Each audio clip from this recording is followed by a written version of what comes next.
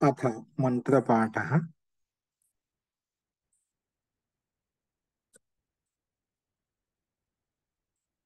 ॐ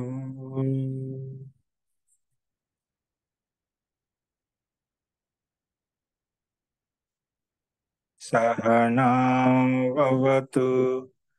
सहनौ भुनक्तु सह वीर्यं करवावहै तेजस्विनावधीतमस्तु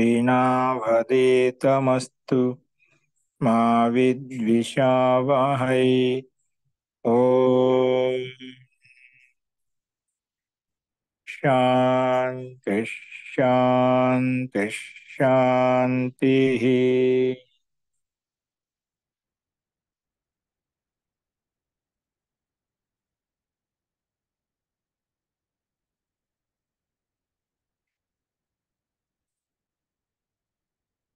సర్వేభ్యో నమః. అందరికీ నమస్కారం అండి. మనము అష్టాధ్యాయ క్రమ పాఠంలో 4వ అధ్యాయంలో 4వ పాదం చూస్తున్నాము. మనము నేటి పాఠంలో 86వ సూత్రం వరకు ప్రస్తావించుకున్నాము. ద్వితీయ సమర్థాత్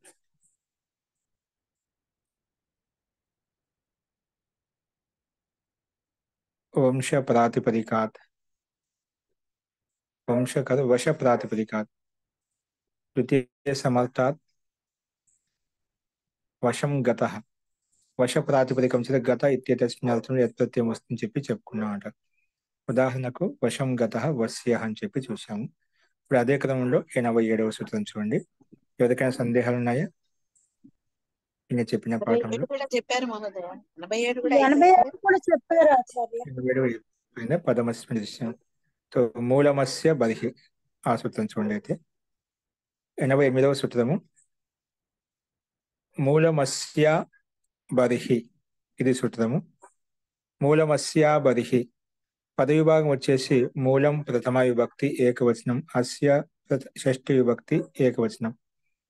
ఆ బర్హి ప్రథమ విభక్తి ఏకవచనం.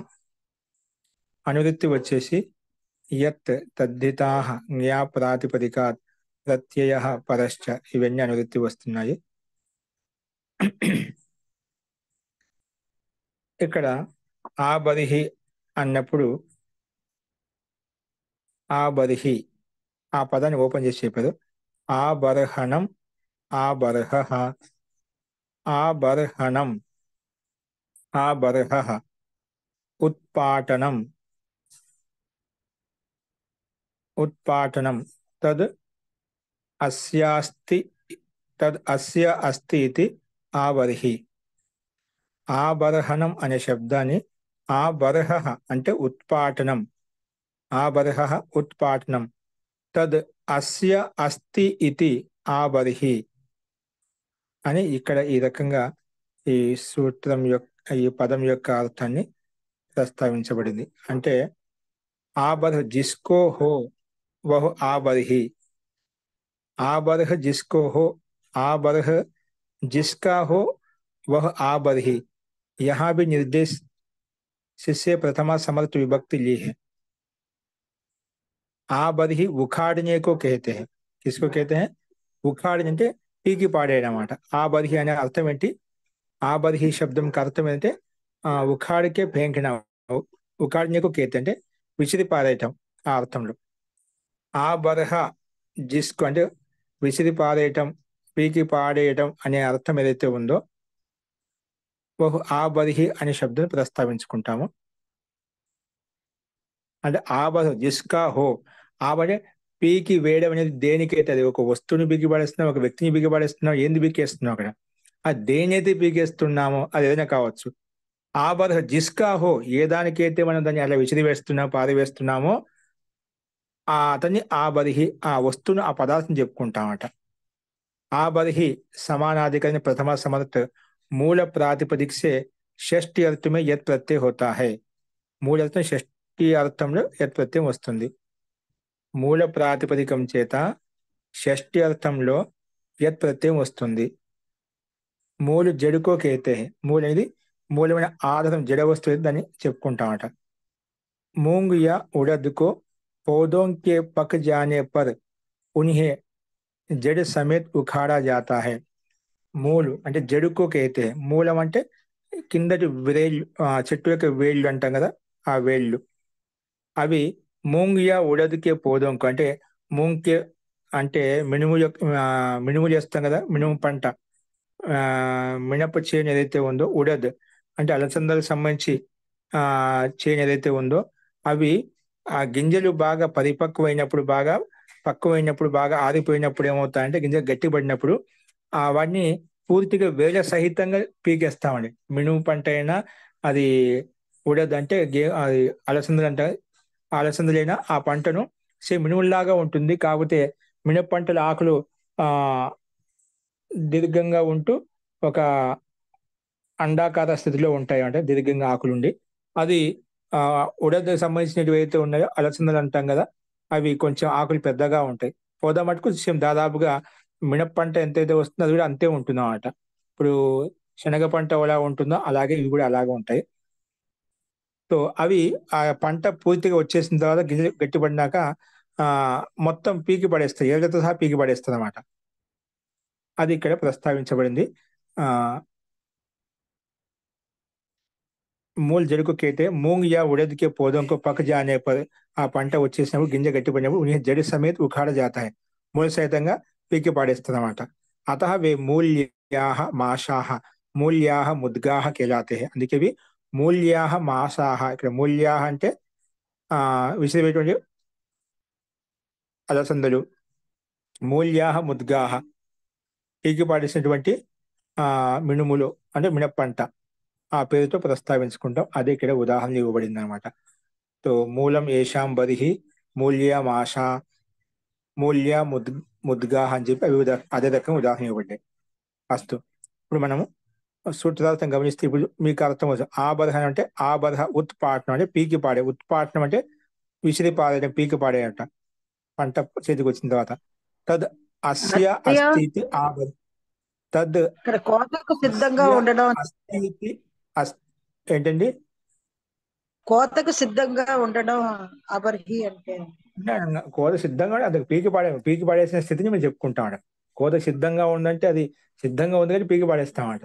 సిద్ధమైంది కాదు, సిద్ధంగా ఉంది, సిద్ధమైంది. అది ఆ పీకి పాడే మొత్తం మూల సైడ్ పీకి పడని ఆ సందర్భాన్ని తీసుకుంటాం. సిద్ధంగా ఉండే ఉత్పాటనం అంటే ఉత్పాటనం అయిపోయింది, పీకి పడేసాం. పీకి పారేయటం అంటే అది వేస్ట్ అన్నమాట. నేనే వేస్ట్ అని కాదండి ఇక్కడ తాత్పర్యం. అది గింజలు సహితంగా గింజలు సహితంగా పంటని పీకి మనం తర్వాత దాన్ని కుప్పలు వేసి దాన్ని ఏదో ట్రాక్టర్ కిందనో ఏదో పొలంలో రోడ్ల మీదనో పీకి అంటే పీకి పారేయడం తాత్పర్యం ఇక్కడ మొత్తం పీకి అంటే ఇసిరి పడ అట్లా సందర్భం కాకుండా పీకటం అంట. పీకి వేయడం, పీకి పారేయడం, పీకేయటం. పీకి పారేయడం అంటే అది ఏదో వేస్ట్ అన్నట్టుగా మీకు అర్థం వచ్చేసింది ఖచ్చితంగా. పంట కోతకు వచ్చింది అంటారు కదండి. పంట కోయటం వాళ్ళు చెప్పొచ్చు, పంట కోతకు దానికి ఆ రెండో వికల్పం ఆ దోషం రాదన్నమాట. అస్తూనే. సో అది ఇక్కడ సూత్రాలు అదే విధంగా ఇచ్చారు. ఆ బర్హి సమానాధికరణాత్ ప్రథమ సమర్థాత్ మూల ప్రాతిపదికాత్ అస్య ఇతి షష్ఠి అర్థే యత్ ప్రత్యయో భవతి. అస్య అంటే ఈ ఇసుక, ఈ అర్థంలో అస్య ఇతి అంటే ఇసుక ఇతనిది ఇలాంటి షష్ఠి వ్యక్తి యొక్క అర్థంలో యత్ ప్రత్యయం వస్తున్నాడు పైనుంచి, యత్ ప్రత్యయో భవతి. ఉదాహరణ మూలమస్య బర్హి, మూలమస్య బర్హి ఆబర్హి సమానాధికరణాత్ ప్రథమ సమర్థాత్ మూల ప్రాతిపదికాత్ అస్య ఇతి షష్ఠి అర్థే యత్ ప్రత్యయో భవతి. ఉదాహరణ మూలం ఏషాం ఆబర్హి మూల్యామాషాః మూల్యాముద్గాః.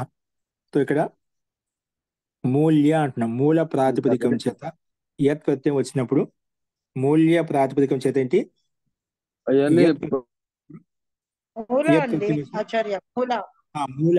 మూల ప్రాతిపదికం చేత యత్ ప్రత్యయం వచ్చినప్పుడు యత్ వచ్చిన తర్వాత యత్ కనుమతి లోపించి యా మిగులుతుంది.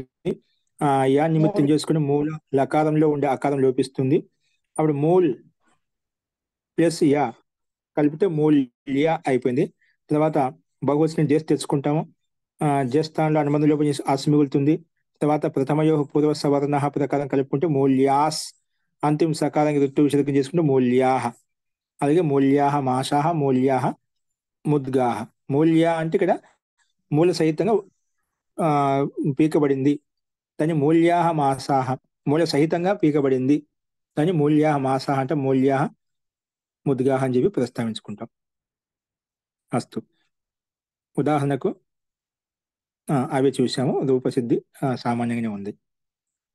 నెక్స్ట్ చూడండి. సంజ్ఞాయాం ధేనుష్య. సంజ్ఞాయాం సప్తమి విభక్తి ఏకవచనం, ధేనుష్య ప్రథమ విభక్తి ఏకవచనం.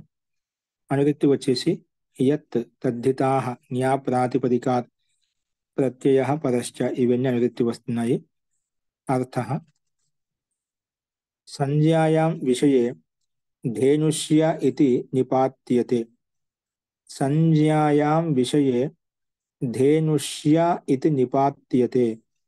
సంజ్ఞా విషయంలో ధేనుష్య ఇది ధేనుష్య శబ్దం నిపాతం చేయబడుతుంది. సంజ్ఞా విషయంలో ధేనుష్య ఇది నిపాత్యతే.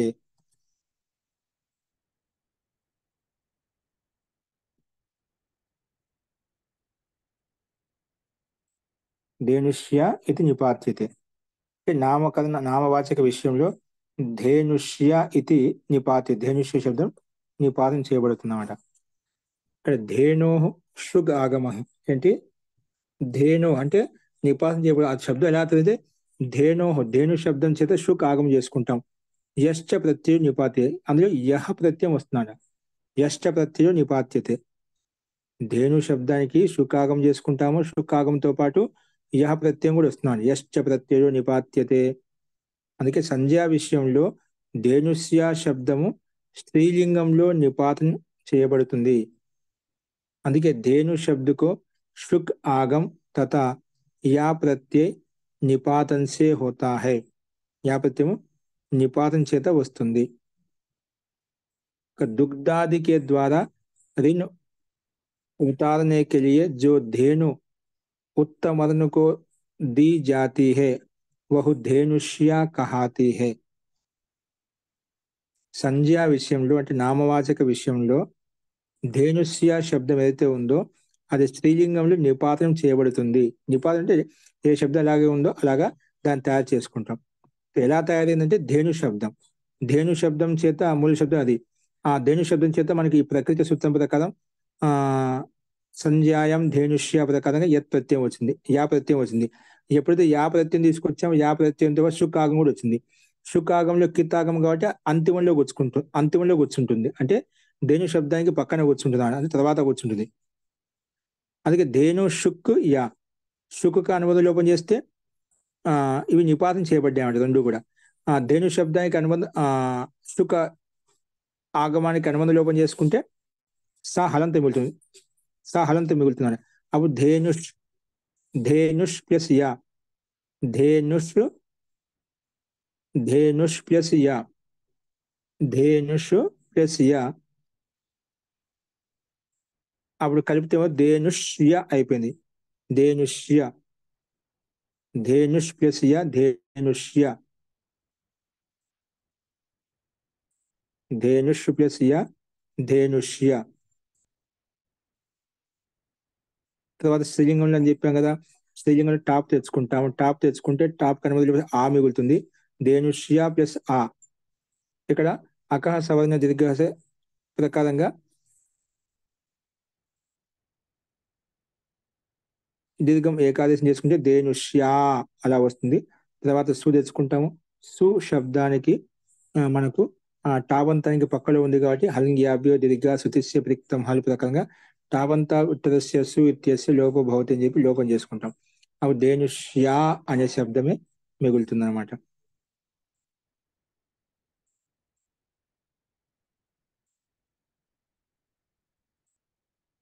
అస్తు.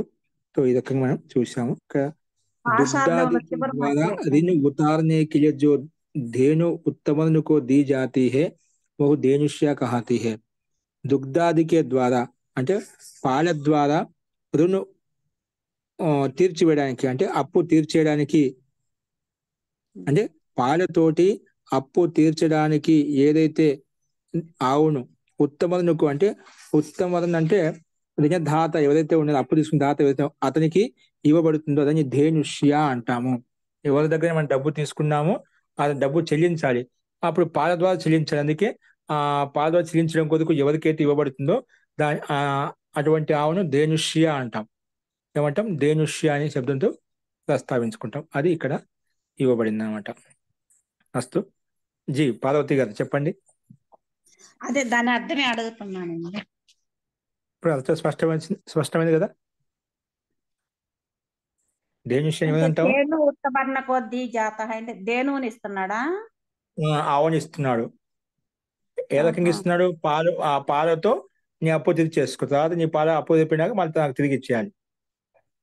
అదే అప్పు తీర్చడానికి ఆవు ఇస్తున్నాడు అనమాట, పాలు ఆవు ఇస్తున్నాడు. పితుక్కోవడానికి. ఆ అప్పు తిరిగి ఇచ్చిన ఆహా. ఆవు ఏదైతే ఉందో ధేనుష్య అంటాం.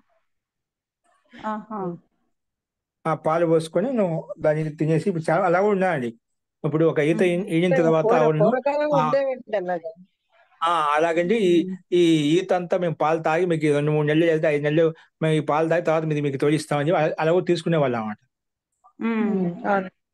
ఇలా ఇప్పుడు ఇక్కడ మటుకి అప్పు ఇచ్చిన వాళ్ళకి ఆ పాలు పితుక్కోవడానికి పర్మిషన్ ఇస్తారు అనమాట. జీ ఆవుని. ఆహా. కాబట్టి ఇప్పుడు చాలా మంది పుట్టింటికి ఆడపిల్లకి ఆవుని ఎందుకు ఇస్తా అంటే ఆ స్థితి ఎలా ఉంటే మన అమ్మాయి కదా తింటే తాగితే అక్కడ, అందుకే అక్కడ విధిగా ఉంటుంది చెప్పి మనం అలా ఆవునిచ్చి పంపిస్తాం. అందుకే ఇంకోటి ఏంటంటే దాన్ని మంచిదిగా భావిస్తామట. ఆడపిల్లకి ఆవునిస్తే లక్ష్మే కదా, ఆ ఉద్దేశంతో వాళ్ళు సంతోషపడతారు. లక్ష్మితోటి పాటు గోమాత కూడా వస్తుందంటే అక్కడ వాళ్ళు అత్తగారింటి వాళ్ళు ఇక్కడ వాళ్ళు కదా మన అమ్మాయి కదా అని చెప్పి అది అనుకూలంగా ఉంటుంది చెప్పి ఆ ఉద్దేశంతో పంపిస్తూ ఉంటామట. అనుకోండి ఇక్కడ ఈ సందర్భంలో అలా ఇది కాదనుకోండి, కానీ అలాగా ఏదైనా ప్రయోజనం ఉద్దేశించి ఇస్తాం అనమాట. మన అనే భావంతో, లేదంటే దాని ప్రయోజన విశేషంలో ఇస్తాం అనమాట. అస్తు. గోదానం కూడా చేస్తుంటారు కదా. గోదానం కూడా చేస్తుంది చాలా మంది. ఎక్కువ గోశాలలో కానీ ఇంకెక్కడైనా కానీ దేవస్థానాలు కానీ గోదానం కూడా చేస్తారు. బ్రాహ్మణులకి వాళ్ళకి కూడా చేస్తుంటారు. ఎక్కువ బ్రాహ్మణులకు చేస్తుంటారు అన్నమాట. జీ జీ ఇప్పుడు ఆ పరిపాటి గోదానం అనేది ఇప్పుడు పరిపాటి ఇంకా ఇప్పుడు కూడా ఉంది అక్కడక్కడ పెద్ద పెద్ద బ్రాహ్మణులకు. కానీ ఇప్పుడు ఆ బ్రాహ్మణులు ఆ సేవ శుశ్రూష చేయడం లేదు కాబట్టి ఆ గో మూల్యం ఎంతైతే చేస్తుందో ఆ మూల్యం డబ్బు తీసుకుంటారు తప్పితే ఆ గోని తీసుకోవడం లేదు. గోదానం చేస్తారు వాళ్ళు, కానీ గోదానం చేసిన బాగానే ఉంది. గోదానం చేయమంటారు, చేసిన గోదానం ఇచ్చిన తర్వాత ఆ ఎంత మూల్యం అయితే ఉందో అది అక్కడికి ఆ మూల్యం తీసుకొని అక్కడ పంపించేస్తున్నారు, గోశాలకు ఇక్కడ పంపించేస్తున్నారు అన్నమాట. అస్తు. ఇక్కడ ఉతారనే అంటే రుణ ఉతారణ అంటే రుణం తీర్చడం కోసమనే. ఉతారనే కెలియే అంటే రుణాన్ని తీర్చడం కొరకు. జో ధన్ ఏ ధేను అయితే జో ధేను ఏ ఆవునైతే ఉత్తమనుకు అంటే అప్పించిన వాడికి ఇవ్వబడుతుందో దేనుని ఇస్తున్నాడు, అలాంటి దేను తీసుకుంటాం. అస్తు. సంధ్యానికి నివృత్తి వస్తుంది ఇక్కడ. గృహపతిన సంయుక్తే ధేనుష్య అంటే ఇప్పుడు ఇచ్చిన దేనుని అంటారా, లేకపోతే ఇచ్చే ఆయన్ని ధేనుష్య అంటారా?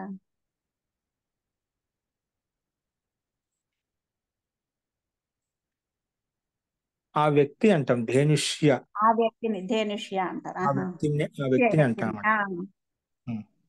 సరే.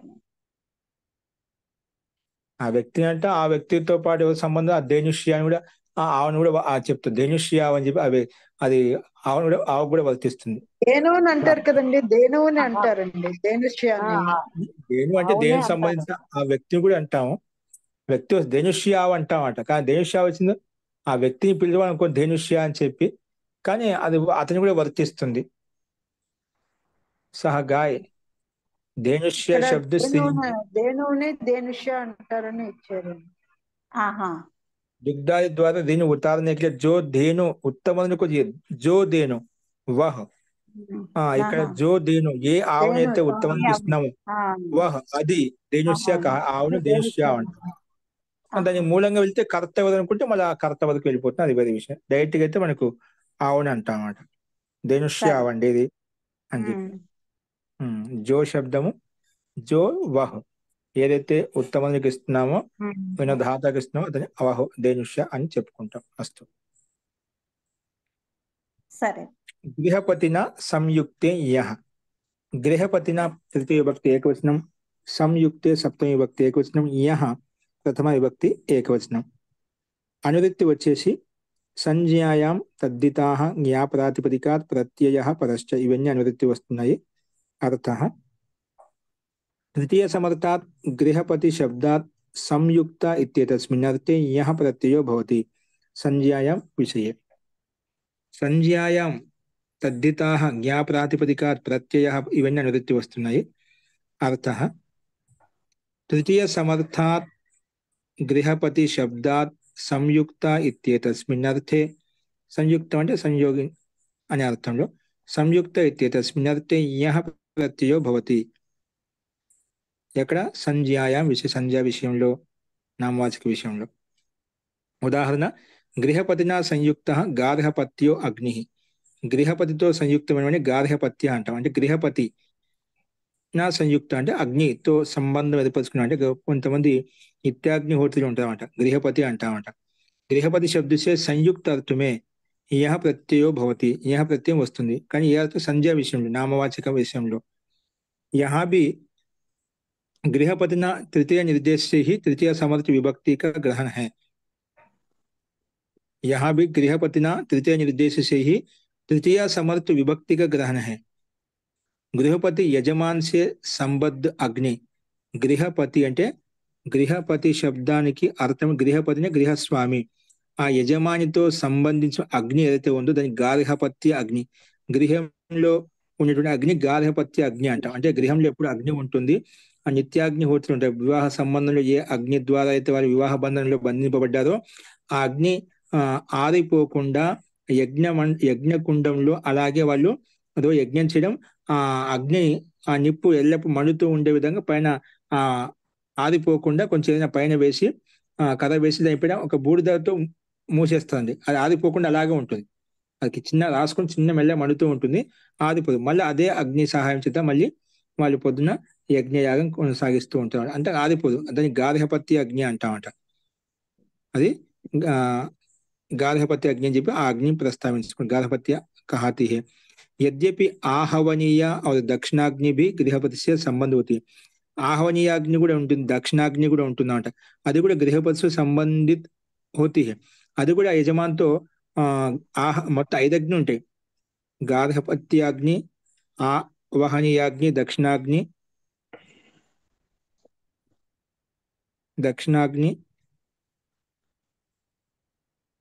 ఇంకా 2 అగ్నిలు ఉన్నాయి. ఇక్కడ కింద పశ్చిమాగ్ని కూడా ఇచ్చారు. పశ్చిమాగ్ని కింద లైన్ లో ఉంది కదా. पश्चिमाग्नि काదండి, पश्चिमाग्नि నెక్స్ట్ లైన్ లో ఉంది చూడండి. सामान्य से पश्चिम प्रदेश में स्थित अग्नि को गार्हपत्य अग्नि.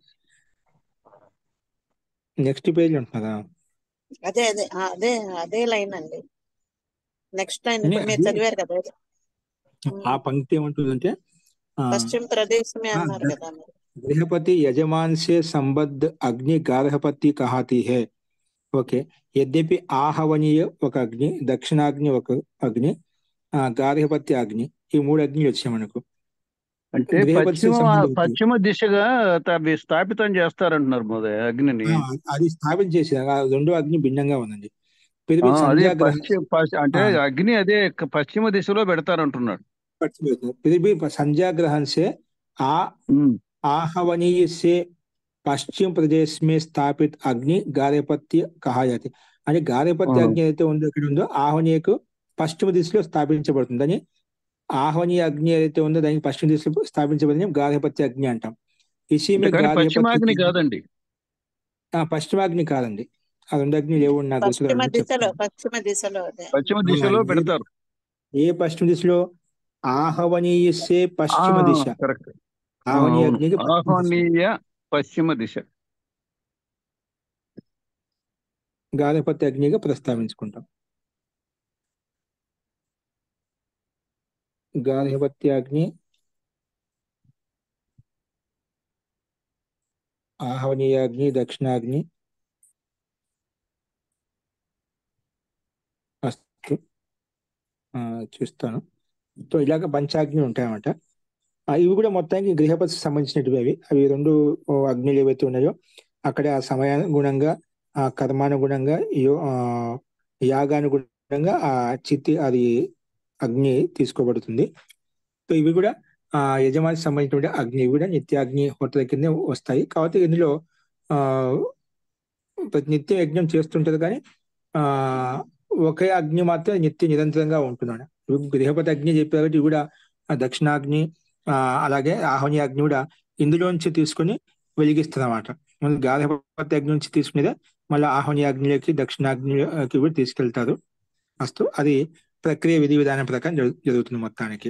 అలాగే నిత్యాగ్ని హోటలు ఉంటారు. ఆ సందర్భంలో ఇక్కడ చెప్పబడింది అన్నమాట. అది గృహపతి శబ్ద సంయుక్తం ఇత్యేతస్మిన్ అర్థే యః ప్రత్యయో భవతి సంజ్ఞాయాం విషయే. ఉదాహరణ గృహపతినా సంయుక్త గార్హపత్యో అగ్ని. గృహపతితో యుక్తమైన గృహపతి టా, ఇది తృతీయ సమాసం చెప్పాం కదా. గృహపతి టా, అలాగే మన ప్రకృతి సూత్రం ప్రకారంగా యః ప్రత్యయం వస్తుంది. గృహపతి టా యః. ఇక్కడ యః ప్రత్యయం వచ్చింది కాబట్టి వెంటనే యఃకి అనుబంధం లోపం చేసుకుంటాం, యా మిగులుతుంది. తర్వాత తదితర సమాసాశ్చ సుపో ధాతు ప్రాతిపదిక యో ప్రకారం టా విభక్తికి లోపం చేసుకుంటాం, లుక్కు చేసుకుంటాం. గృహపతి యా, గృహపతి యా. ఇక్కడ యః ప్రత్యయం కదా కాబట్టి ఆదేశకు రుజు చేసుకుంటే గృహపతి గార్హపతి యా వస్తుంది. గార్హపతి యా వస్తుంది. గార్హపతి యా వస్తుంది. తర్వాత గార్హపతి యా పక్కన యకారాది ప్రత్యయం కాబట్టి ఎస్సి లోపం చేసుకుంటే పతి శబ్దంలో ఉండే ఏకారం లోపిస్తుంది. గార్హపత్ యా కలిపితే గార్హపత్య అవుతుంది. తర్వాత సు తెచ్చుకొని ఋతు విసర్గం చేసుకుంటే గార్హపత్య. అలాగా గార్హపత్యో అగ్ని, అది సంధి వలన అగ్ని శబ్దం ఉంది కాబట్టి యంగ పదాంతాదతి ప్రకారంగా అతో రోద ప్లుటాద ప్లుటే సంధి నియమం ప్రకారంగా ఆదుగుణ ఇవన్నీ జరిగిపోయి గార్హపత్యో అగ్ని అనే రూపం మనకు సిద్ధిస్తున్నాడు. మనకు మూల శబ్దం గార్హపత్య, పక్కన అగ్ని శబ్దం ఉంది కాబట్టి సంధి వల్ల గార్హపత్యో అగ్ని అలాగా రూపం వచ్చేసింది. అస్తు. సో రూపం గృహపతి శబ్దం చేత యః ప్రత్యయం చేసుకున్నప్పుడు ఈ రకంగా రూపం సిద్ధిస్తుంది. ఇదొక సూత్రం చూడండి. నౌ వయో ధర్మ నా వయోధర్మ మూల మూల సీతా తులాభ్యస్తార్య తుల్య ప్రాప్య వృద్ధ్యా నామ్య సమ సమిత సంమితేషు. సమసమిత సంమితేషు ఇది మనకు సూత్రం. నౌ వయ ధర్మ విష మూల మూల సీత అని చెప్పి మనకు సూత్రం విశాలంగా ఉంది. దీన్ని పద విభాగం చేసుకుంటే నవ్వయో ధర్మ విష మూల మూల సీతా తులాభ్యస్తార్య తులాభ్యస్ ఇంతవరకు ఒక పదం తీసుకుందాం. నవ్వయో ధర్మ విష మూల మూల సీతా తులాభ్య, ఇది పంచమి భక్తి బహువచనం. తార్యతుల్య ఏంటి? తార్యతుల్య ప్రాప్య వృద్ధ్యా నామ్య సమసమిత సంమితేషు. ఇదంతా ఒక పదం. ఇదంతా ఒక పదం తీసుకున్నవాడి సప్తమి భక్తి బహువచనంలో కనిపిస్తుంది. అస్తు. సమాసం వచ్చేసి ఉభయత్ర ఇతరేతరయోగ ద్వంద్వ సమాస. అంటే నౌశ్చ వయశ్చ వయః ధర్మశ్చ విషశ్చ మూలశ్చ మూలం చ సీతా చ తులా చ ఇది తులాః తేభ్యః తులాః తాభ్యః తులాభ్యః. ఇది ఇతరేతరయోగ ద్వంద్వ సమాసము. అలాగే తార్య తుల్య ప్రాప్య ఇవన్నీ తీసుకుంటే కనుక అవి కూడా తార్యశ్చ తుల్యశ్చ ప్రాప్యశ్చ వద్యశ్చ ఆనామ్యశ్చ సమ సమశ్చ సమితిశ్చ సంమితశ్చ ఇది సంమితాః తేషు సంమితేషు. అలాగే ఇక్కడ కూడా ఇతరేతరయోగ ద్వంద్వ సమాసం వస్తుంది. అలాగే సూత్రంలో ఉండే పదాలు మీరు విడగొట్టుకున్నామంటే ఇక్కడే పదాలు సూత్రంలో ఉన్నాయన్నమాట. అవేంటో ఇక్కడ సూత్రాలు చదువుకుని చూద్దాం మనం. చూడండి, అనువృత్తి వచ్చేసి ముందు యత్ తద్దితాః జ్ఞా ప్రాతిపదికాత్ ప్రత్యయః పరశ్చ, ఇవన్నీ అనువృత్తి వస్తున్నాయి. అర్థం వచ్చేసి నౌ, సూత్రం నుండి పదం చూడండి. నౌ, వయో అంటే వయస్ మూల శబ్దం. సూత్రాన్ని గమనించి సూత్రంలో పదం విడగొట్టి రాసుకున్నాం. నౌ వయస్ ధర్మ విష మూల సీతా తులా ఇది ఏతేభ్యః తృతీయ సమర్థేభ్యః. అంటే ఈ ప్రాతిపదికల చేత ఎటువంటి ప్రాతిపదికలు? తృతీయ సమర్థవంతమైనటువంటి ప్రాతిపదికలు. ఇత్యేతేభ్యః తృతీయ సమర్థేభ్యః అష్టాభ్యః ప్రాతిపదికేభ్యో అష్టాభ్యః ప్రాతిపదికేభ్యః యథాసంఖ్యం. అష్టాభ్యః ప్రాతిపదికేభ్యః యథాసంఖ్యం తార్య తుల్య ప్రాప్య వధ్య ఆనామ్య సమ సమిత సంమిత ఇది ఏతేషు అష్టసు అర్థేషు. ఇది ఏతేషు అష్టసు అర్థేషు. ఇది పదాన్ని విడగొట్టి చెప్పాను. ఇది ఏతేషు అష్టసు అర్థేషు యత్ ప్రత్యయో భవతి. ఈ 8 అర్థాలలో 8 ఉన్నాయి కదా. తార్య తుల్య ప్రాప్య వద్య ఇవి 4, ఆనామ్య సమ సమిత సంమిత ఇవి 4, మొత్తం 8. అంటే క్రమంగా ఉన్నాయన్నమాట. పైన కూడా నౌ వయస్ ధర్మ విష 4, మూల సీత తుల ఇవి 4 పదాలు. ఇత్యేతేభ్యః తృతీయ సమర్థేభ్యః అష్టాభ్యః ప్రాతిపదికేభ్యః, ఈ 8 ప్రాతిపదికల చేత యథాసంఖ్యం క్రమంగా. నవ్వు ఉంటే ఇక తార్య, వయస్సు ఉంటే ఇక తుల్య, ధర్మ ఉంటే ప్రాప్య, విష ఉంటే వధ్య, మూల ఉంటే అనామ్య, అలాగే సీత ఉంటే సమ, తుల ఉంటే సమిత. ఇలాగా క్రమంగా మనం తీసుకోవాలి. అలాగే యథాసంఖ్య 8 ప్రాతిపదికలకు క్రమంగా 8 ఆదేశాలు అనే 8 అర్థాలు స్పష్టంగా ఉన్నాయి. అంటే నౌ అనే ప్రాతిపదికము తార్యార్థంలో, వయస్సు అనే ప్రాతిపదికము తుల్యార్థంలో, ధర్మ ప్రాతిపదికము ప్రాప్యార్థంలో, విష ప్రాతిపదికము వధ్యార్థంలో, మూల ప్రాతిపదిక అనామ్యార్థంలో, మళ్ళీ మూల ప్రాతిపదికము సమ అర్థంలో, సీత ప్రాతిపదిక సమిత అర్థంలో, తులా ప్రాతిపదికం సంమిత అర్థంలో ఉంటే అప్పుడు యత్ ప్రత్యయం వస్తుంది అని చెప్పి ఈ సూత్రం ప్రస్తావించింది. ఇంకా సంమిత ఇత్యేతేషు అష్టసు అర్థేషు యత్ ప్రత్యయో భవతి. 8 అర్థాల్లో యత్ ప్రత్యయం వస్తుంది. ఇక్కడ ప్రత్యయ అర్థద్వారేణ అత్ర తృతీయ సమర్థ విభక్తి ద్రష్టవ్య. ప్రత్యయార్థద్వారేణ అంటే ప్రత్యయం యొక్క అర్థద్వారేణ, ప్రత్యయార్థద్వారేణ అత్ర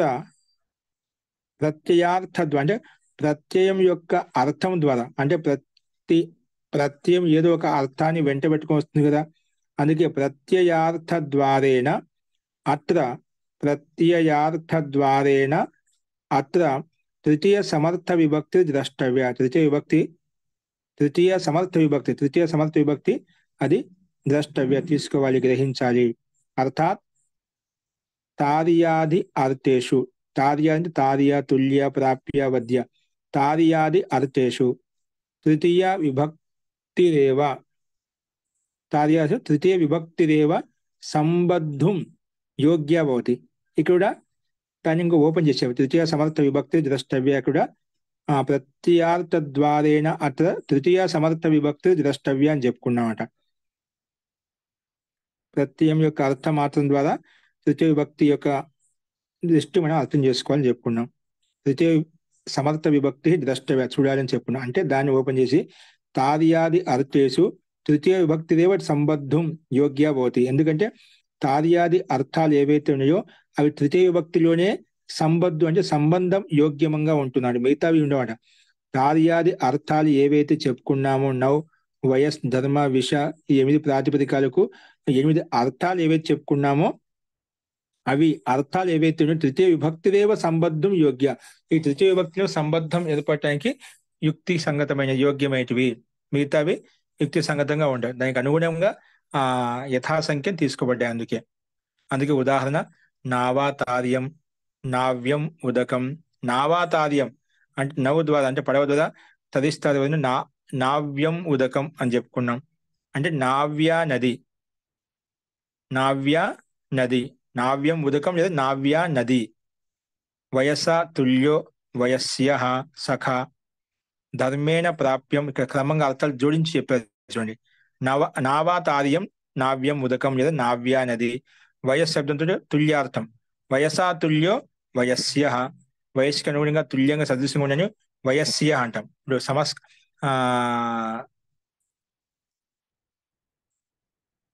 సమస్కహనే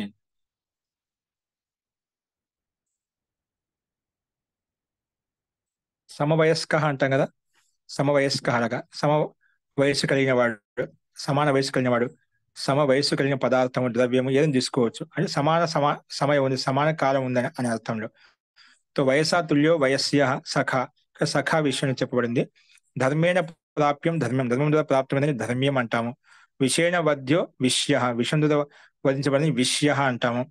మూలేన అనామ్యం మూల్యం, మూల్యం ద్వారా అనామ్యం అంటే ఏమి లేకుండా చేస్తాదని మూల్యేన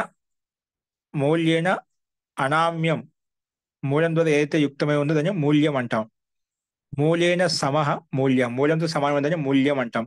మూల్యం పటః.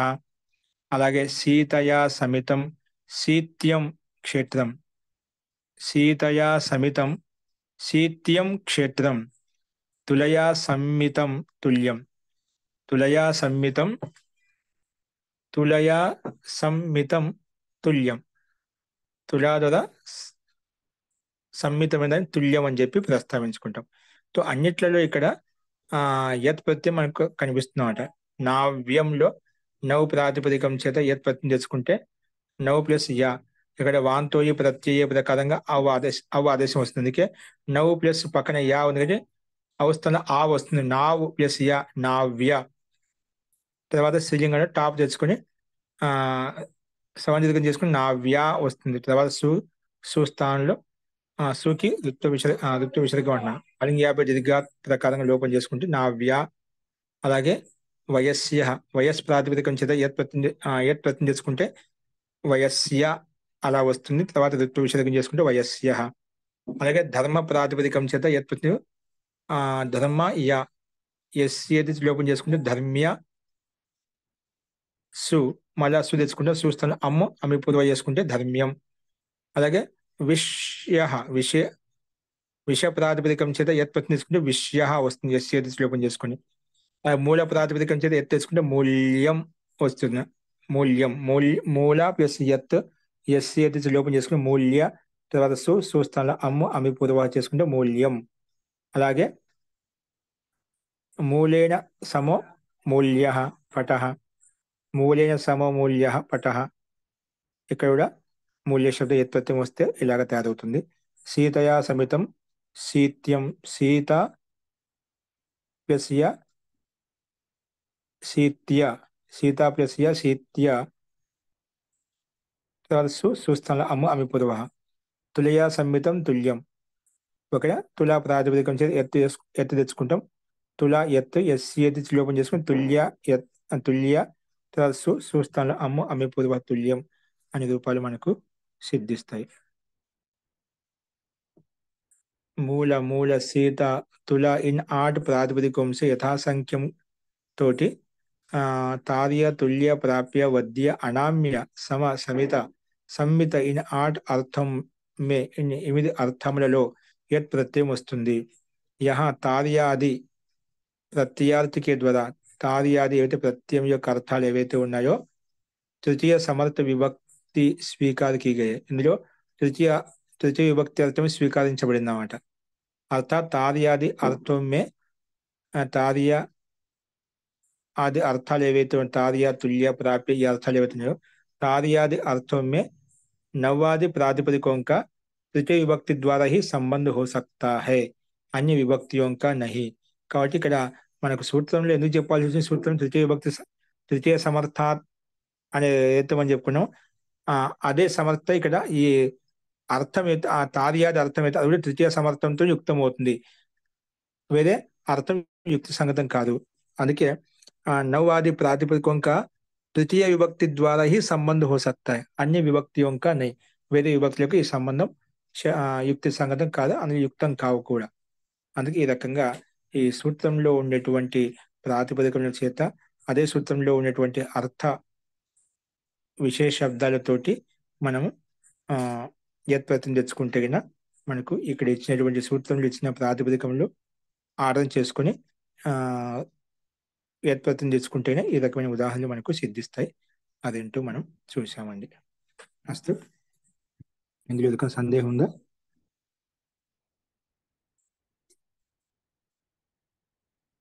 అస్తు తది ప్రకృతమనుషామः. ఈ అర్థాలే అనామ్యము అర్థంలో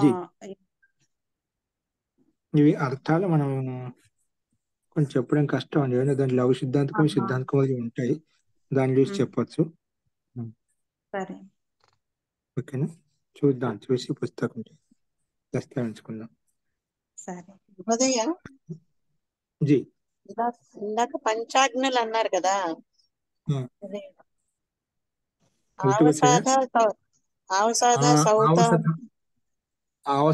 ఆవసతాగ్ని శ్రౌతాగ్ని ఇంకోటి శ్రౌతాగ్ని